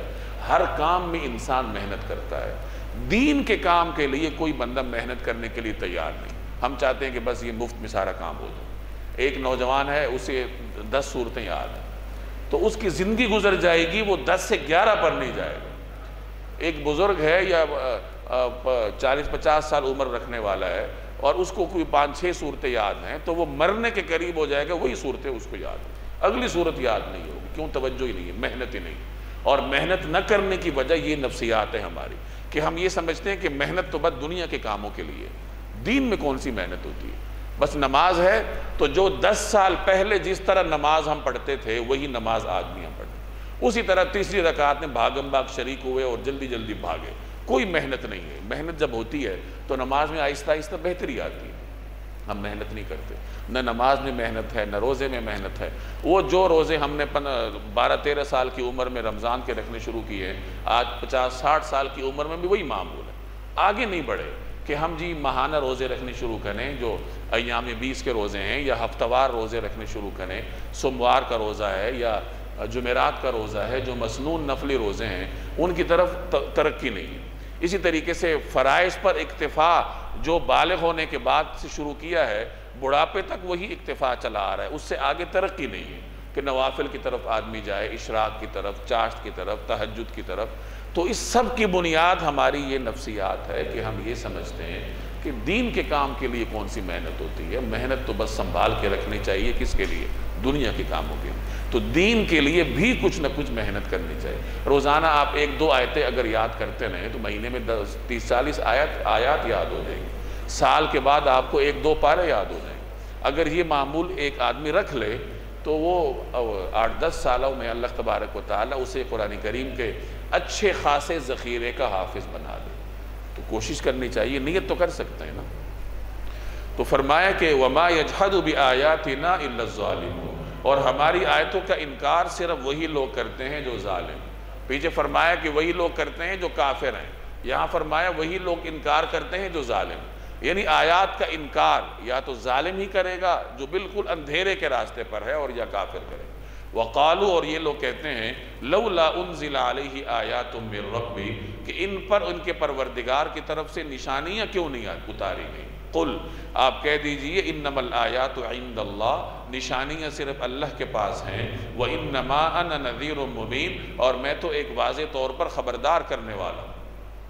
اہل مکہ کئی طریقوں سے مطالبے کرتے تھے۔ ان کا ایک مطالبہ یہ تھا کہ جیسے پچھلے انبیاء کو نشانیاں دی گئی تو ان پیغمبر کو کیوں نہیں دی گئی؟ صالح علیہ السلام کو اونٹنی دی گئی، فلاں پیغمبر کو یہ نشانی دی گئی، تو یہاں بھی اسی طریقے سے نشانی ہونی چاہیے۔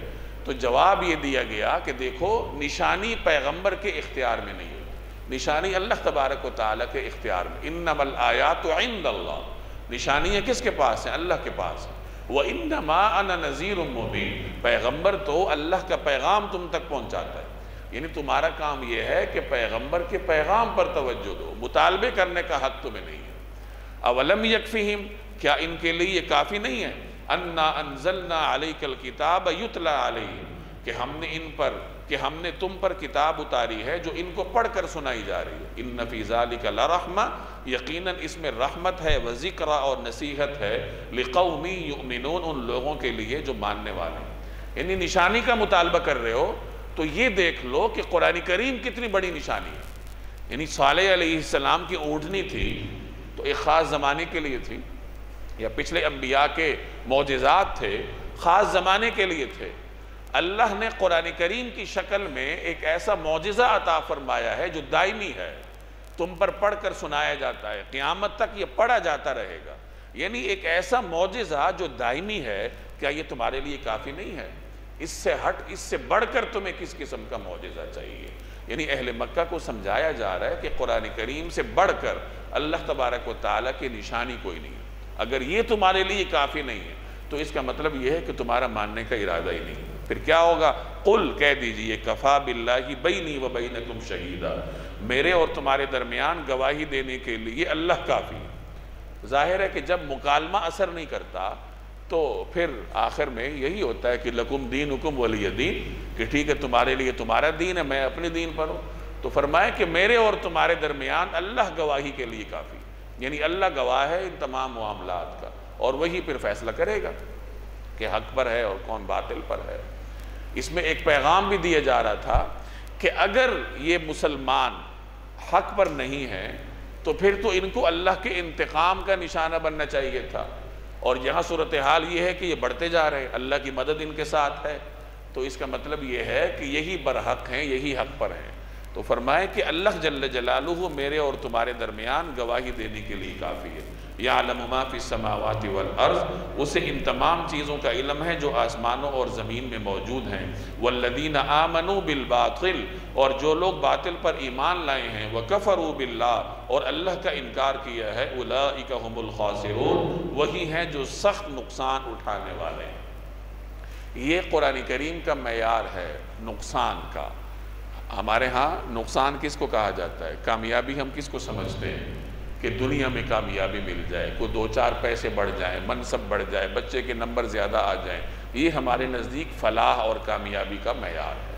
اور نقصان یہی ہے کہ ان چیزوں میں کمی ہو جائے۔ دین کے نقصان کو تو ہم نقصان سمجھنے کے لیے تیار نہیں۔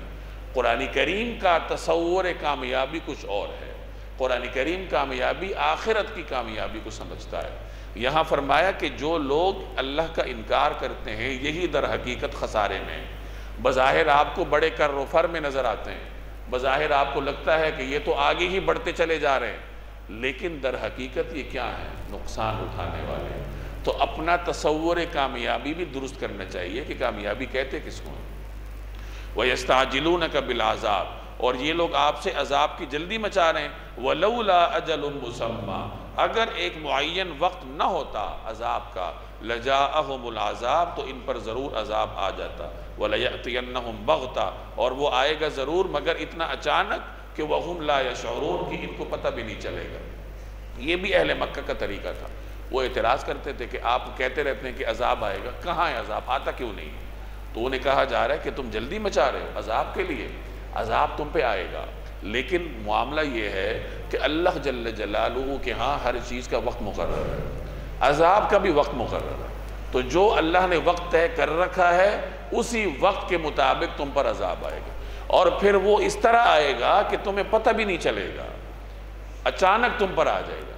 چنانچہ اللہ نے قریش مکہ کو مسلمانوں کے ہاتھوں عذاب سے دوچار کیا، بدر میں بھی، مختلف غزوات میں بھی، اور فتح مکہ کے موقع پر مسلمانوں کی افواج ایسے طریقے سے اہل مکہ پر مسلط کر دی کہ ان کو پتہ بھی نہیں تھا۔ یعنی مسلمان مدینہ سے چلے، منزل پر منزل طے کرتے کرتے مر زہران تک پہنچ گئے جو بالکل مکہ کے قریب تھا، اور اہل مکہ کو ابھی تک خبر بھی نہیں تھی کہ مسلمانوں کی فوج روانہ ہے۔ تو اس طریقے سے اچانک اللہ تبارک و تعالی نے مسلمانوں کی تلواروں کو ان پر مسلط کر دی۔ تو یہی فرمائے کہ جب پکڑ آئے گی تو وہ ایسے اچانک طریقے سے آئے گی کہ تمہیں پتہ بھی نہیں ہوگا۔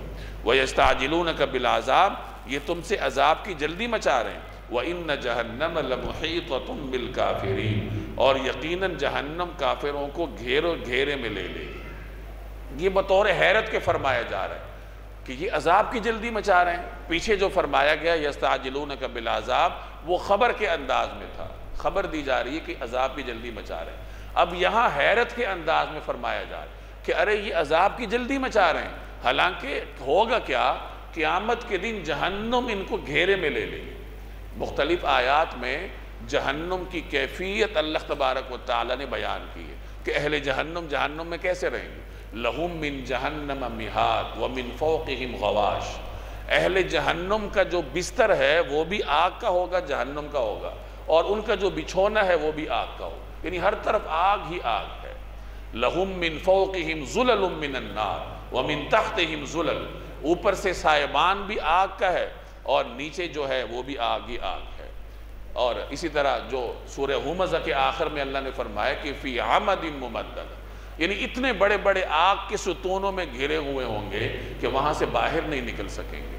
تو یہ تمام اللہ تبارک و تعالی نے کیفیات پہلے سے بتا دی ہیں، جیسے یہاں فرمایا کہ جہنم جو ہے وہ کیا کرے گی، وہ کافروں کو گھیرے میں لے لے گی۔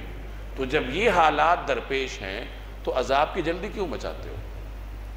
یوم یغشاہم العذاب من فوقہم، اس دن جب عذاب ان پر اوپر سے بھی چھا جائے گا، وَمِن تَحْتِ أَرْجُلِهِمْ، اور ان کے پاؤں کے نیچے سے بھی، وَيَقُولُ، اور کہے گا، ذُوقُوا مَا كُنْتُمْ تَعْمَلُونَ، چکھو ان کاموں کا مزہ جو تم کیا کرتے تھے۔ یعنی عذاب ہر طرف سے گھیرے میں لے لے گا، اور پھر ان سے کہا جائے گا کہ جو دنیا میں تم کرتے تھے اب اس کا مزہ چکھو۔ بعض مفسرین فرماتے ہیں کہ یہ کہنے والا خود عذاب ہوگا، یعنی عذاب ان سے مخاطب ہوگا، آگ ان سے مخاطب ہوگی، جہنم ان سے مخاطب ہوگی کہ جو کچھ تم کرتے تھے اب اس کا مزہ چکھو۔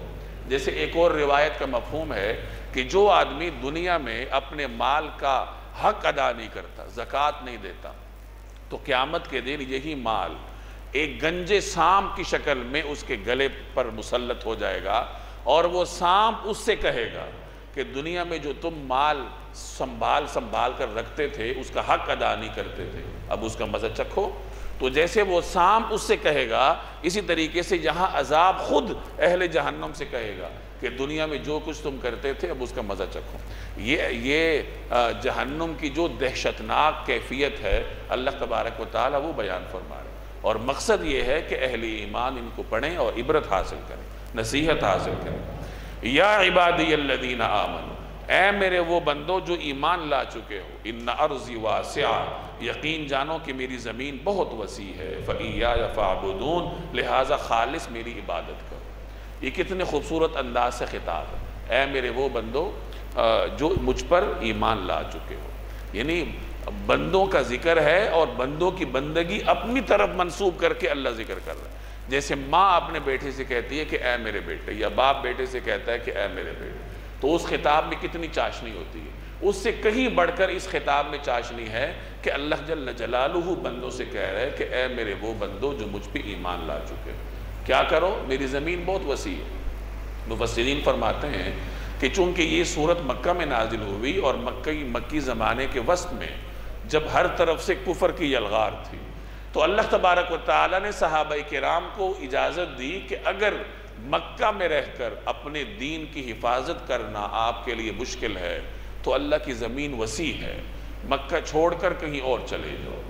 چنانچہ مسلمان پہلے حبشہ گئے، 2 مرتبہ مکی زمانے میں مسلمان حبشہ گئے ہجرت کر کے، سمندری راستے سے حبشہ جاتے تھے، اور پھر دوبارہ جو ہے وہ مدینہ طیبہ ہجرت کر کے مسلمان گئے تھے۔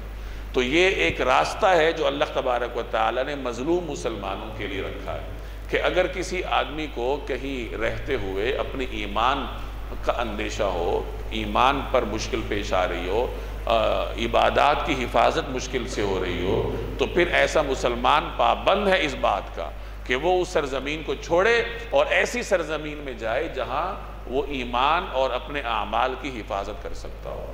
تو فرمائے یا عبادی الذین آمنوا، اے میرے مومن بندو، ان ارضی واسع، میری زمین بہت وسیع ہے۔ تو اگر مکہ میں رہتے ہوئے عبادت کرنا مشکل ہے تو کسی اور سرزمین میں چلے جائے۔ فَإِيَّايَ فَاعْبُدُونَ، لہٰذا خالص میری عبادت کرو۔ انسان اگر ہجرت کرے دین کے لیے تو گھر چھوڑنا پڑتا ہے، جان کے خطرے ہوتے ہیں، کیونکہ دوسری جگہ جانا بھی کوئی اتنا محفوظ تو نہیں ہوتا، اور انسان اپنا گھر بار چھوڑتا ہے، کاروبار چھوڑتا ہے، ایک سیٹلڈ لائف چھوڑ دیتا ہے، اور اپنے آپ کو اندیشوں کے حوالے کر دیتا ہے کہ پتہ نہیں آگے جا کر کیا ہو۔ تو اگر اتنا بڑا سٹیپ کوئی آدمی دین کے لیے لے لے، ہجرت کر جائے، تو اللہ تعالیٰ اسے دنیا میں اس کا اتنا بڑا اجر دیتے ہیں کہ اس کے تصور میں بھی نہیں ہوتا، اور آخرت میں تو جو اجر اللہ کے ہاں مہاجر کے لیے ہے وہ تو اس کو ملے گا۔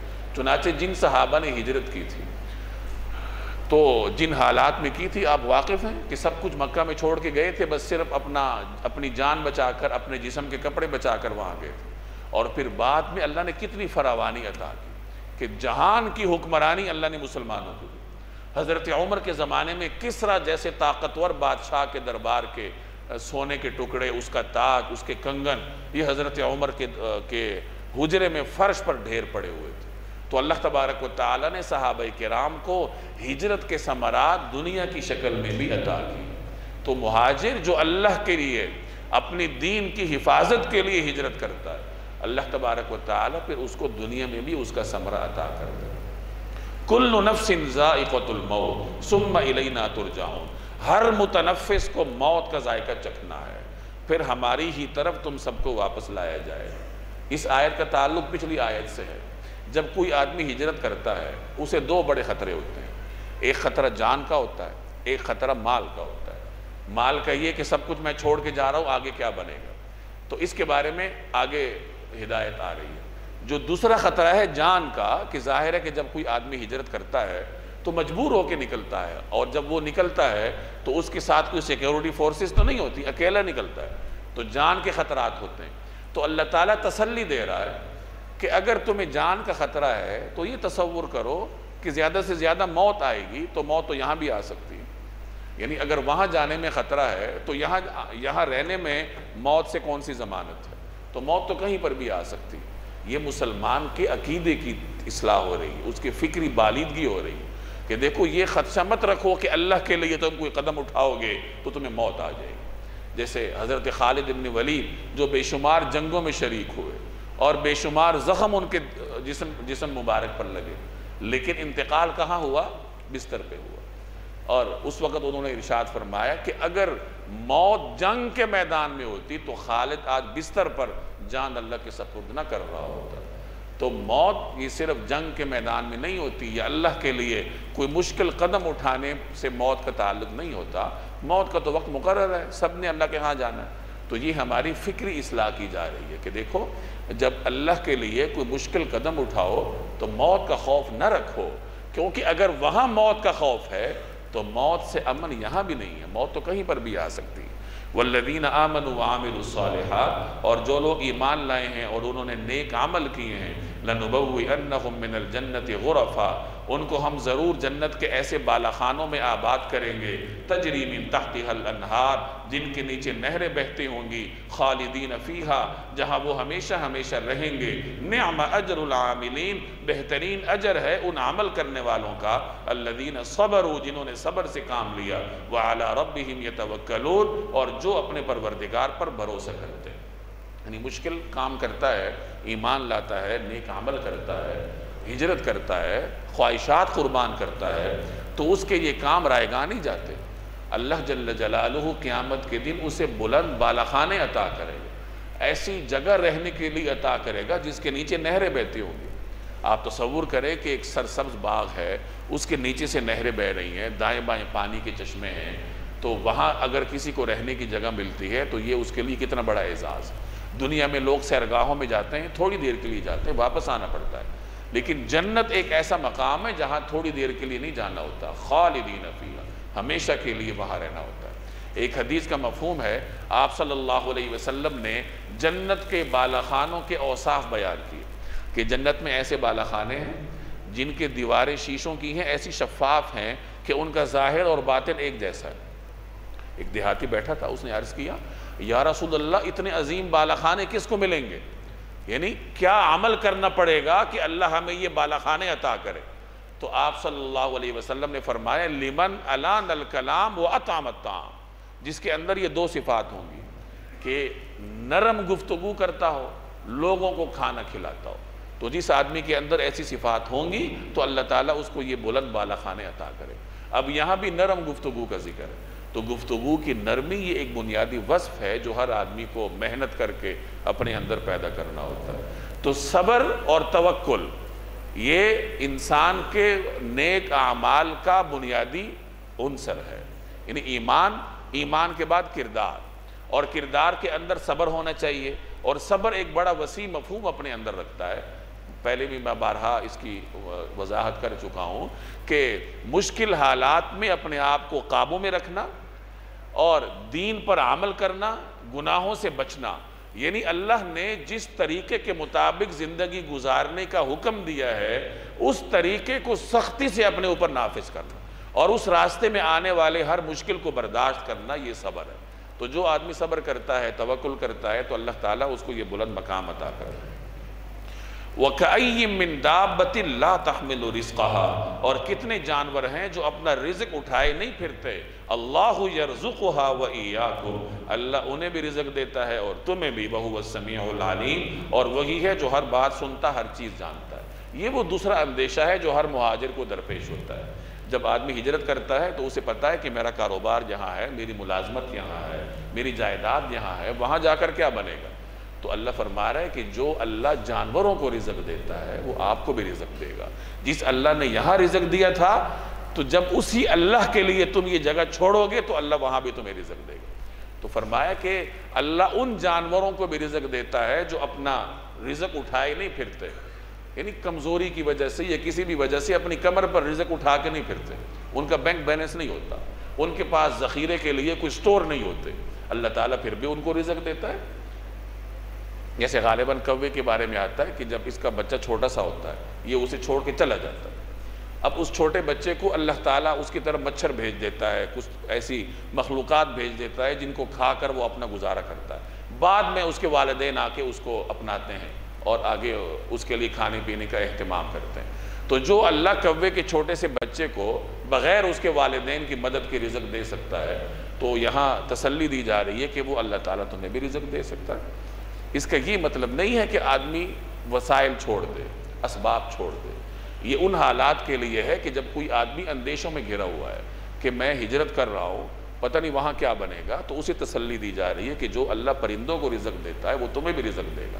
جب وہ وہاں چلا جائے گا تو پھر اسے وسائل اختیار کرنے پڑیں گے، جیسے پرندے نکلتے ہیں وسیلہ اختیار کرتے ہیں، اللہ رزق دے دیتا ہے۔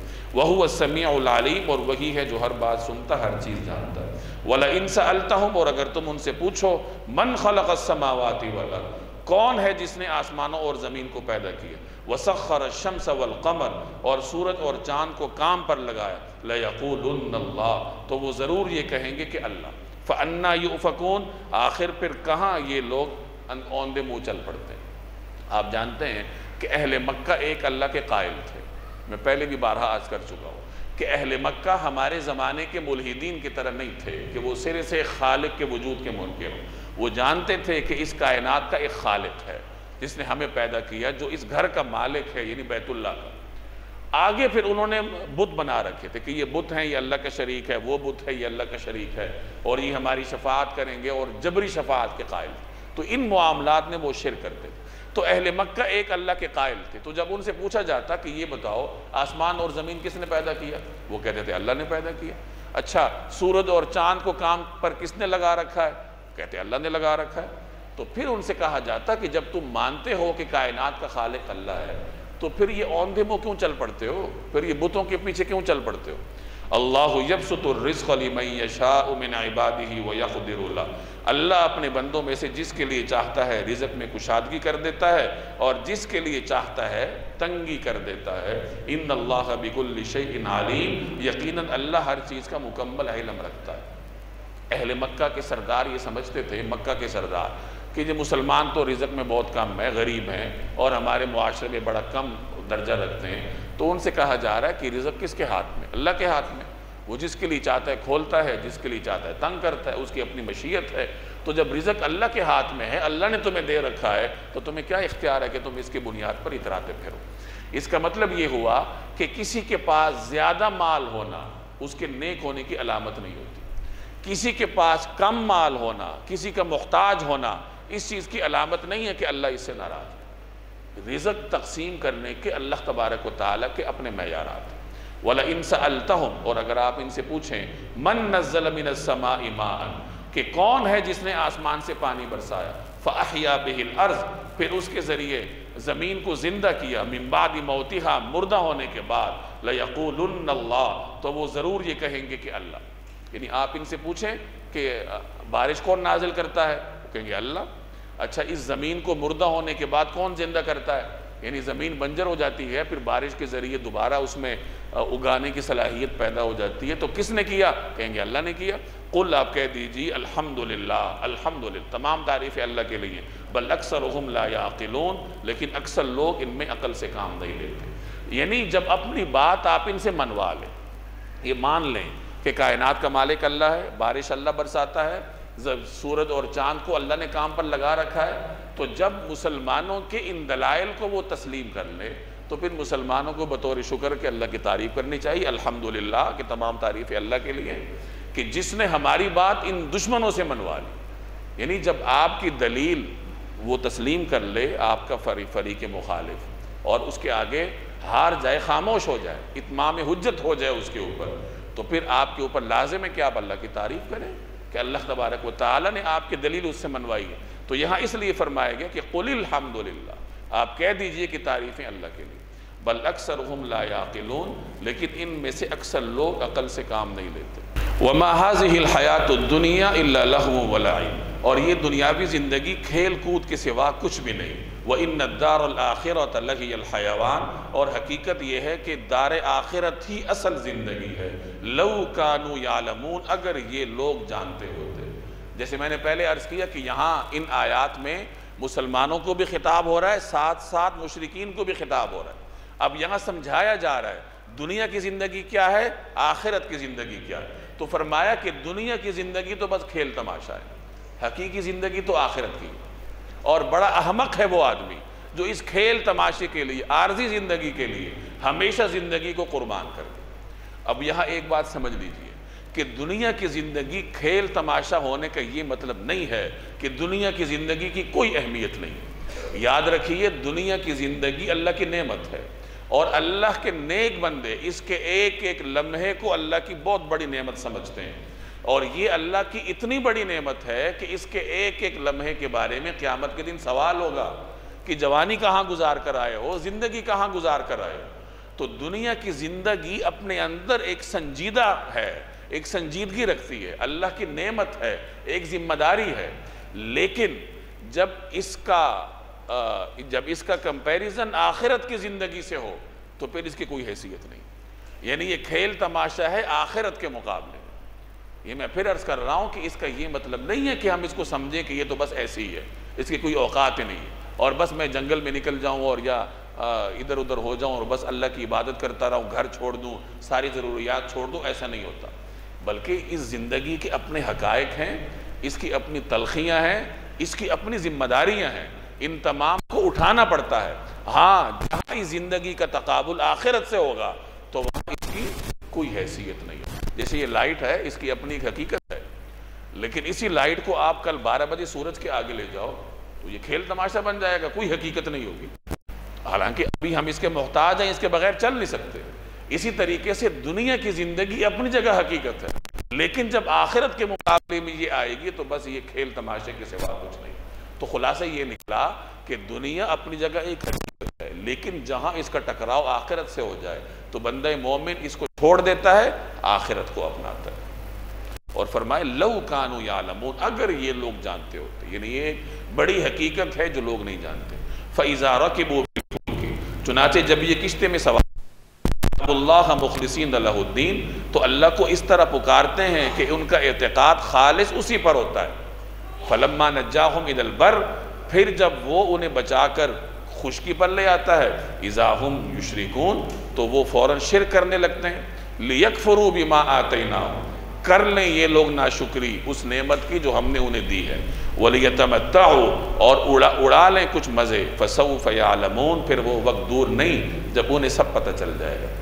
اہل مکہ کی ایک عادت تھی کہ جب وہ سمندری سفر کرتے تھے اور سمندر کے درمیان کشتی بھنور میں پھنس جاتی، طوفان میں پھنس جاتی، تو ایسے حالت میں وہ صرف اللہ کو پکارتے تھے، کیونکہ میں نے پہلے عرض کیا کہ وہ اللہ کو مانتے ضرور تھے لیکن بتوں کو شریک کرتے تھے۔ لیکن جب وہ سمندر میں پھنستے تھے تو ان کو پتہ ہوتا تھا کہ اب یہاں کسی بت نے مدد کو نہیں آنا، یہاں وہی مدد کو آئے گا جو اس سمندر کا مالک، جو کائنات کا مالک۔ چنانچہ روایات میں آتا ہے کہ ابو جہل کا بیٹا تھا اکرمہ، جو ابتدائی زمانے میں مسلمانوں کا بہت بڑا دشمن تھا، غزوہ احد میں بھی مسلمانوں کو نقصان پہنچانے میں اس کا بڑا کردار تھا۔ فتح مکہ کے موقع پر یہ بھاگ کھڑا ہوا حبشہ جانے کے لیے کہ میں مکہ سے چلا جاؤں، مکہ تو مسلمانوں کے قبضے میں آ گئے۔ اب حبشہ جانا تھا سمندری راستے سے، تو کشتی میں بیٹھا، اب راستے میں کشتی بھنور میں پھنس گئی۔ اب جو ملاح تھے، جو کشتی کے لوگ تھے، انہوں نے اپنے عرف کے مطابق لوگوں سے کہا، سواریوں سے، کہ دیکھو یہاں کسی بت کو نہیں پکارنا، یہاں اللہ کو پکارو۔ تو اکرمہ نے جب یہ حالات دیکھے تو اس نے کہا کہ جو اللہ اس سمندر میں میری حفاظت کرے گا تو پھر خشکی میں بھی وہی اللہ حفاظت کرے گا۔ اور اس نے قسم کھا لی کہ اگر اللہ نے مجھے یہاں سے نجات دے دی تو پھر میں سیدھا جاؤں گا اور رسول اللہ صلی اللہ علیہ وسلم کی خدمت میں حاضر ہو کر اسلام قبول کروں۔ چنانچہ طوفان سے نجات ملی، اور ویسے بھی اس کی اہلیہ نے حضور صلی اللہ علیہ وسلم سے اس کے لیے امن کا پروانہ حاصل کیا تھا، وہ تلاش کر رہی تھی، ساحل پر پہنچ چکی تھی۔ تو اس طریقے سے اکرمہ پھر بارگاہ رسالت میں حاضر ہوا اور اسلام سے مشرف ہوا۔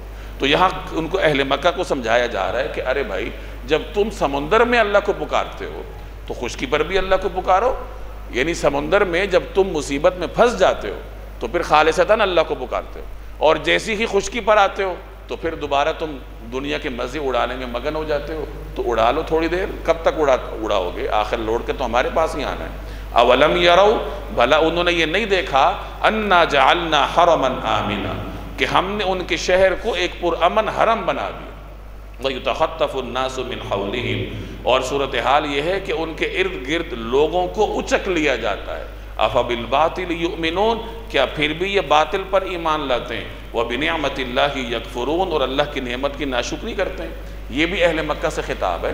آپ پیچھے کہیں پڑھ کر آئے ہیں تفصیل سے کہ اہل مکہ کو اللہ نے یہ اعزاز دیا تھا کہ پورے عرب میں ان کی ایک انفرادی شناخت تھی، وہ مذہبی طور پر تقدس رکھتے تھے چونکہ وہ بیت اللہ کے مجاور تھے۔ تو وہ جہاں بھی جاتے تھے لوگ ان سے ٹیکس نہیں لیتے تھے، ان سے کوئی جگہ ٹیکس، کوئی بھتہ نہیں لیا جاتا، اور ان کی اس سرزمین کو اللہ تبارک و تعالیٰ نے حرم کا سٹیٹس دیا تھا۔ یہاں شکار کرنا منع تھا، یہاں کسی کو نقصان پہنچانا منع تھا، یعنی دیگر سرزمین کے مقابلے میں اس کو الگ سٹیٹس دیا ہوا تھا۔ تو اللہ یہاں اپنا احسان ان کو بتلا رہا ہے کہ دیکھو تمہارے ارد گرد بدامنی ہے، لوگوں سے ٹیکس لیا جا رہا ہے، قتل و غارت گری کی جا رہی ہے، لیکن تم حرم کے باشندے ہو، امن کے ساتھ رہ رہے ہو، لوگ تمہیں عزت کی نگاہ سے دیکھتے ہیں۔ یہ عزت تمہیں کس نے دی ہے؟ تو جس نے تمہیں دی ہے اطاعت بھی اسی کی کرو۔ وَمَنْ أَظْلَمُ مِمَّنِ افْتَرَى عَلَى اللَّهِ كَذِبًا، اور اس شخص سے بڑا ظالم کون ہوگا جو اللہ تبارک و تعالیٰ پر جھوٹا بہتان باندھے۔ او کذب بالحق لما جاء، یا جب اس کے پاس حق کی بات پہنچے تو وہ اسے جھٹلائے۔ الیس فی جہنم مثوی للکافرین، کیا جہنم میں ایسے کافروں کا ٹھکانہ نہیں ہوگا؟ یعنی ایک آدمی اللہ پر جھوٹ باندھ رہا ہے، وہ ایک پیغام دے رہا ہے کہ اللہ کا پیغام ہے لیکن وہ اللہ کا نہیں ہے، تو اس سے بڑھ کے ظلم کیا ہوگا؟ یعنی انہیں بتایا جا رہا ہے کہ اگر یہ مسلمان حق پر نہ ہوتے تو اللہ کے انتقام کا نشانہ بنتے، کیونکہ ظالم ہوتے، اللہ یعوذ باللہ۔ لیکن یہ تو حق پر ہیں، بڑھتے چلے جا رہے ہیں، تو اس کا مطلب یہ ہے کہ حق ان کے پاس ہے۔ یعنی یا تو ظالم وہ ہے جو اللہ پہ جھوٹ باندھ رہا ہے، اور یا پھر ظالم وہ ہے جو حق کی طرف آ کر بھی حق قبول نہیں کر رہا۔ یعنی یا تو مسلمان ظالم ہوں گے اور یا پھر تم ظالم ہوگے۔ اب مسلمانوں کے ساتھ تو اللہ کی مدد ہے، تو تمہیں سمجھ جانا چاہیے کہ تم ہی باطل پر ہو، تم ہی ظلم پر ہو، باز آ جاؤ۔